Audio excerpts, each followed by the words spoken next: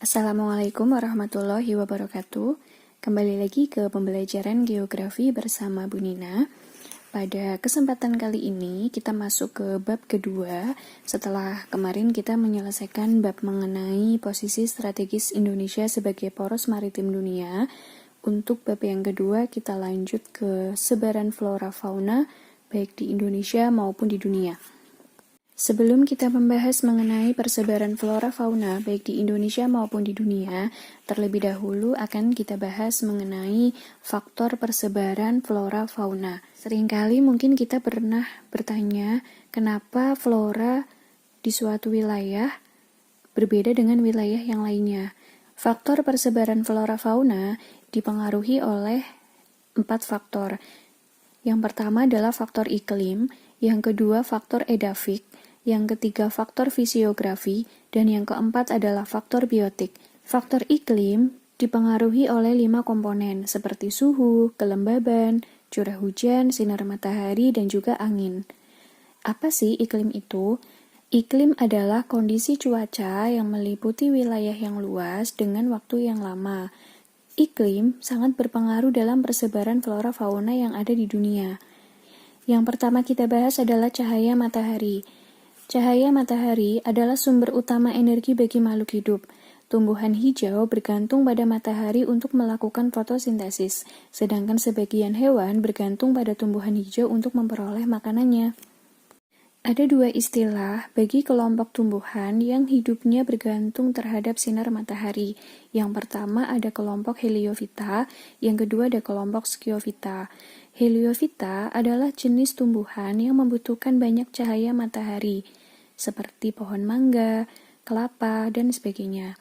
Sedangkan Sciophyta adalah jenis tumbuhan yang membutuhkan sedikit cahaya matahari. Contohnya adalah tumbuhan pakis dan juga anggrek. Faktor iklim yang kedua adalah kelembaban udara. Kelembaban udara adalah kandungan total uap air yang terkandung di dalam suatu udara.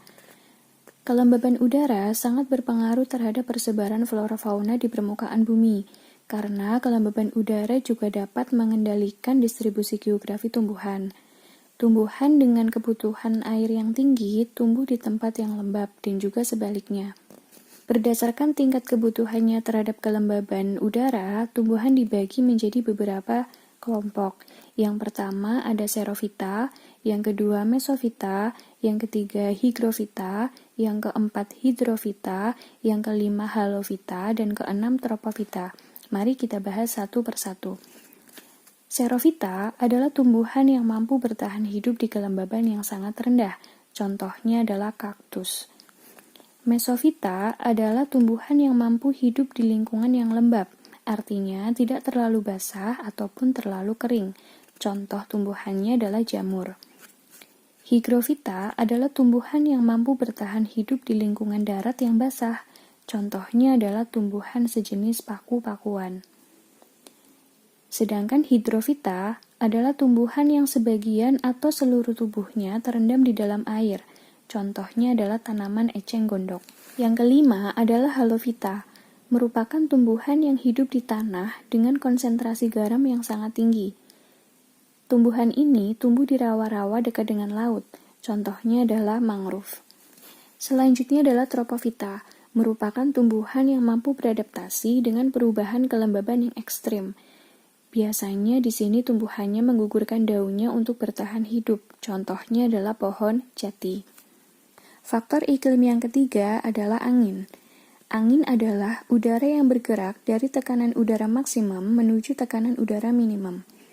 Angin mempunyai peran yang penting dalam distribusi suatu organisme, seperti membantu penyerbukan tanaman, memudahkan penyebaran penyakit pada hewan dan tumbuhan, juga mempengaruhi migrasi hewan seperti burung. Untuk penyerbukan yang dibantu oleh angin, contohnya adalah tanaman padi, kelapa, dan juga jagung. Selain itu, lebah dan kupu-kupu juga dibantu oleh angin. Migrasi burung pun juga merupakan pengaruh dari angin. Faktor iklim yang keempat adalah suhu. Suhu adalah derajat panas atau dingin udara di atmosfer. Daerah-daerah di lintang tropis menerima penyinaran matahari lebih banyak pada setiap tahunnya. Wilayah yang memiliki suhu tidak terlalu panas atau tidak terlalu dingin merupakan habitat yang sangat baik dan diminati oleh sebagian organisme, seperti manusia, hewan, dan juga tumbuhan. Contoh hewan yang hidup di wilayah ekstrim adalah unta yang tahan sampai suhu lebih dari 41 derajat Celcius, juga penguin yang tahan sampai suhu minus 45 derajat Celcius. Faktor iklim yang kelima adalah curah hujan. Curah hujan adalah sumber utama air tanah. Jumlah curah hujan tahunan sangat mempengaruhi vegetasi dan populasi hewan di daerah tertentu. Contohnya, di daerah tropis dengan curah hujan yang tinggi, terdapat beberapa vegetasi seperti pepohonan, tumbuhan paku, dan juga tanaman perdu. Sedangkan di daerah padang pasir dengan curah hujan sedikit, terdapat vegetasi seperti kelompok xerophyta. Di daerah dengan curah hujan rendah seperti gurun, tumbuhan biasanya menyebar untuk mengurangi persaingan dalam mencari kebutuhan air. Faktor persebaran flora dan fauna yang selanjutnya setelah iklim adalah faktor fisiografi. Faktor fisiografi berkaitan dengan topografi atau bentuk permukaan tanah. Habitat yang berbeda seperti bukit, lereng mempengaruhi distribusi tumbuhan dan hewan. Contohnya, di daerah dataran tinggi terdapat pohon pinus, kebun teh, dan juga pohon cemara. Tetapi di dataran rendah tidak dijumpai. Di dataran rendah biasanya dijumpai tanaman padi, tanaman jagung, dan sebagainya. Faktor yang ketiga adalah faktor edafik.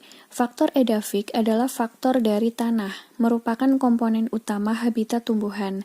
Jenis tanah akan mempengaruhi jenis tumbuhan yang hidup di atasnya. Contohnya, pohon jati dapat tumbuh di tanah kapur. Umbi-umbian dapat tumbuh di tanah pasir, tanaman kopi dapat tumbuh di tanah merah, dan sebagainya. Selanjutnya adalah faktor biotik. Faktor biotik meliputi faktor manusia, hewan, dan juga tumbuhan. Faktor biotik merupakan faktor terbesar yang mempengaruhi persebaran flora fauna di dunia. Ketiga komponen ini saling mempengaruhi dan saling berinteraksi di dalam persebaran flora fauna.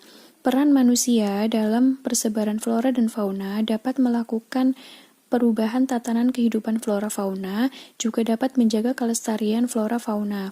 Demikian adalah penjelasan mengenai faktor yang mempengaruhi persebaran flora fauna di dunia. Sekian penjelasan dari Bu Nina. Maaf jika ada kata-kata yang salah dalam penyampaian. Bu Nina akhiri. Wassalamualaikum warahmatullahi wabarakatuh.